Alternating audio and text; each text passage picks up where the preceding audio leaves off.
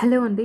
మన దేశంలో ఎలా అయితే అజంతా ఎల్లోరా గుహలు ఉన్నాయో సరిగ్గా అదే స్టైల్‌లో జపాన్‌లోని 1200 సంవత్సరాల చరిత్ర కలిగిన ఫేమస్ జపనీస్ గుడి ఒకటుంది.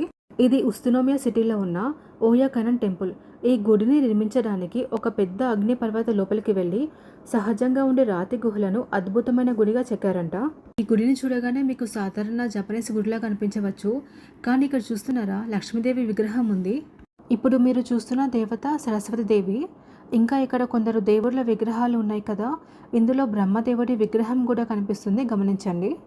ఇక్కడ ఓంకారం సింబల్ కనిపిస్తుంది, అలాగే స్వస్తిక సింబల్ కూడా కనిపిస్తుంది. అసలు జపాన్ వాళ్ళ గుడిలో మన దేవతల విగ్రహాలు ఎలా ఉన్నాయో తెలుసా?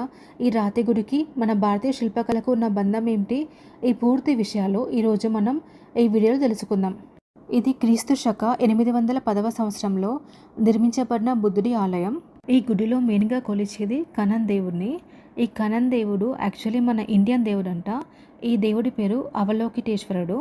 ఈ దేవుడికి 1000 చేతులు, 1000 కళ్ళు, అలాగే 11 తలలు ఉంటాయంట.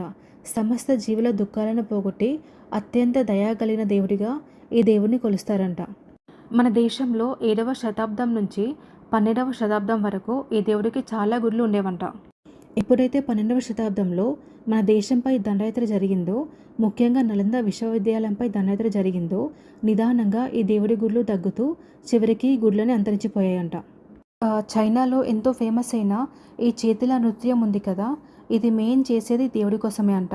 మీలో కొందరికి ఈ సందేహం కూడా రావచ్చు, బౌద్ధ ఆలయంలో హిందూ దేవుళ్ళు ఎందుకు ఉన్నారు అని. ఒకప్పుడు బౌద్ధ మతం మన దేశంలో మాత్రమే పరిమితమై ఉండేదంట. అయితే అప్పట్లో కొందరు బౌద్ధ గురువులు సిల్క్ ద్వారా చైనాకి వెళ్ళారు. బౌద్ధ మతం చైనాకి వెళ్తూ వారితో పాటు మన గ్రంథాలను, హిందూ దేవుళ్ళను కూడా వారితో పాటు తీసుకెళ్లారంట. మెయిన్ మన గ్రంథాల్లో ఉన్నది ఆయుర్వేదం, సైన్స్, ఆర్కిటెక్చర్, అడ్మినిస్ట్రేషన్, ఖగోళ శాస్త్రం, ఇలా చాలానే ఉండేవంట. అలా చైనాలో బౌద్ధ మతం చాలా అభివృద్ధి చెందింది. అక్కడ నుంచి ఏషియన్ కంట్రీస్కి అంతా పాకిందంట. మన గ్రంథాలలో ఉండే సంస్కృతం భాష చైనీస్ వాళ్ళకి అర్థం కాదు కాబట్టి మన గ్రంథాలు చైనీస్ భాషలోకి అనువాదించబడ్డాయంట.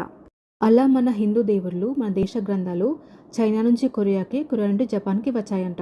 జపాన్కి బౌద్ధ మతం వెళ్ళడమే కాదు, ఆ దేశ నాగరికతను, ఆ దేశ లిపిని మరియు వారి ఆలోచన విధాన్ని పూర్తిగా మార్చేసింది. బౌద్ధ మతం జపాన్కి ఒక కొత్త కళని తీసుకొచ్చింది. లక్ష్మీదేవిని మన దేశంలో సంపదకు, అదృష్టానికి దేవతగా ఎలా చూస్తామో, సేమ్ జపాన్లో కూడా ఈ లక్ష్మీదేవిని అదృష్టం, సౌభాగ్యం, అందం, సంపదకు దేవతగా మొక్కుతారంట. అయితే లక్ష్మీదేవికి జపాన్ భాషలో పెట్టుకున్న పేరు వచ్చేసి కిచిజోటెన్. కిచిజోటెన్ అనే పేరుతో జపాన్లో టోక్యో సిటీలో ఒక ఏరియా పేరు కూడా ఉందంట. ఇక్కడ చూస్తున్నారు కదండి సరస్వతి దేవి. జపాన్ వాళ్ళు బెంజైటెన్ అనే పేరుతో పిలుచుకుంటారు. సరస్వతి దేవి అంటే మనకు చదువు, కానీ జపాన్ వాళ్ళకి మాత్రం సరస్వతి దేవి అంటే నీటికి, సముద్రానికి, సంగీతానికి దేవతగా మొక్కుతారు. ఇక్కడ చూస్తున్నారు కదండి, కొందరు దేవుళ్ళ విగ్రహాలతో పాటు బ్రహ్మదేవుడి విగ్రహం కూడా ఉంది. మన బ్రహ్మదేవుడిని వీళ్ళు బాండెన్ అనే పేరుతో పిలుస్తారు. మనం ప్రపంచాన్ని సృష్టించిన దేవుడిగా బ్రహ్మదేవుని ఎలాగో చూస్తామో వీళ్ళు కూడా అలాగే చూస్తారు. ఇంకా వీళ్ళు శాంతిని రక్షించే శక్తిగా కొలుస్తారంట. ఇక్కడ చూస్తున్నారు కదండి, స్వస్తిక సింబల్ ఉంది. ఈ స్వస్తిక సింబల్తో పాటు ఇక్కడ ఓంకారం కూడా ఉంది. మెయిన్ ఈ స్వస్తిక సింబల్ని హిందూ మతంలో, అలాగే బౌద్ధ మతంలో, జైన మతంలో కూడా యూస్ చేస్తారంట. కానీ తెలియని విషయం ఏంటంటే ఇక చైనా, జపాన్, కొరియా ఇలా చాలా దేశాల్లో ఈ సింబల్ని అదృష్టానికి ప్రతీకగా భావిస్తారంట. మెయిన్ ఈ సింబల్ని అదృష్టానికి గుర్తుగా, సూర్యుడిగా, అలాగే తేజస్సు గుర్తుగా వాడతారు. ఇక్కడ మీరు చూస్తున్నారు కదండి, 22 మీటర్లు కలిగిన భారీ విగ్రహం. ఇది వచ్చేసి పీస్ కనన్ దేవతది. అవలోకితేశ్వర స్వామిని ఇక్కడ కనన్ దేవతగా కొలుస్తారు. 2వ ప్రపంచ యుద్ధ సమయంలో ప్రాణాలు కోల్పోయిన అనేక మంది సైనికుల జ్ఞాపకార్థంగా, అలాగే ప్రపంచ శాంతిని కోరుతూ ఈ విగ్రహాన్ని ఒకే పెద్ద రాయికి చెక్కారంట. ఈ రాయిని చెక్కడానికి ఇక్కడ స్థానిక శిల్పులకు 6 సంవత్సరాల సమయం పట్టిందంట.